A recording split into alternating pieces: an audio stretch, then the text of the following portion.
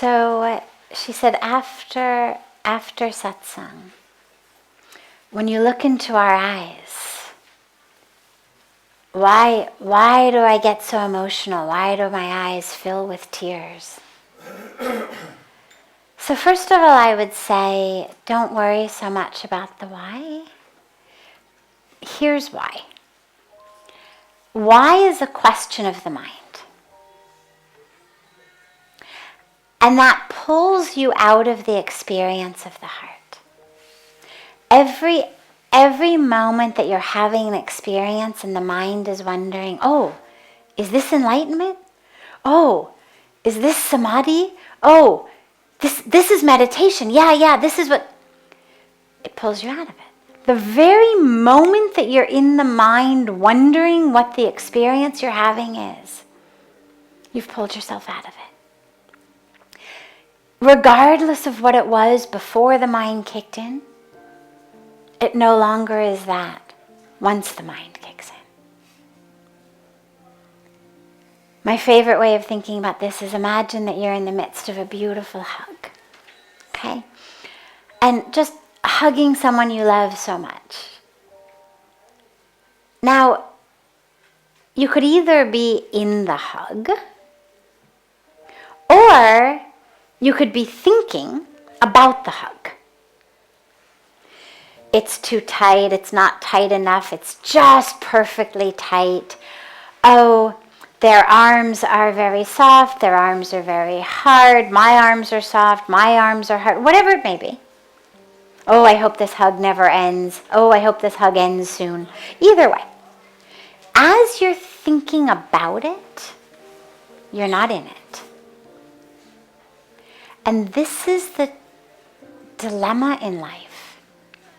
When we are in the midst of an actual experience that's touching us and transforming us, as our mind starts to think about it, we lose it. So, on the first level, if in that moment you find your eyes full of tears and your heart full of love, just let it be. Don't wonder, why am I crying? She's just looking at me. That doesn't make sense. Why am I crying? Why when she looks at me do I cry? Don't ask yourself that. Because the simple process of trying to figure it out pulls you out of the experience. However,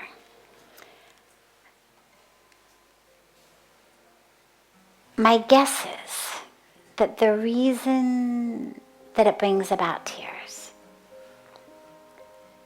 is because the act of being seen is very, very powerful. And it's something that most of us crave very deeply in our lives. We may have lots of friends, we may have lots of family members, we may have lots of loved ones and be surrounded by people. But that doesn't necessarily mean that we really feel seen. And when you do, that's a very powerful experience. And to feel seen and loved simultaneously is even more powerful. Because for many of us, there's a feeling of, if anyone knew how dark I really am, they wouldn't love me. If anyone knew who I really am deep inside, how angry, how full of ego, how jealous, how judgmental, how negative, how afraid, nobody would love me. And so a lot of us move through the world with a fear of being seen that coexists with this deep yearning to be seen. But we're afraid that if somebody actually sees us, we will lose them. And so to feel simultaneously seen and loved is a very, very powerful experience. And so that, it brings tears. Tears are not bad. Yes, of course, sometimes they come when we're in despair or pain. But they also come in joy. And they also come, I have found, in a third time, which is just in truth. There are times where it's neither about sadness nor joy, nor pain nor pleasure. It's just being in the presence of truth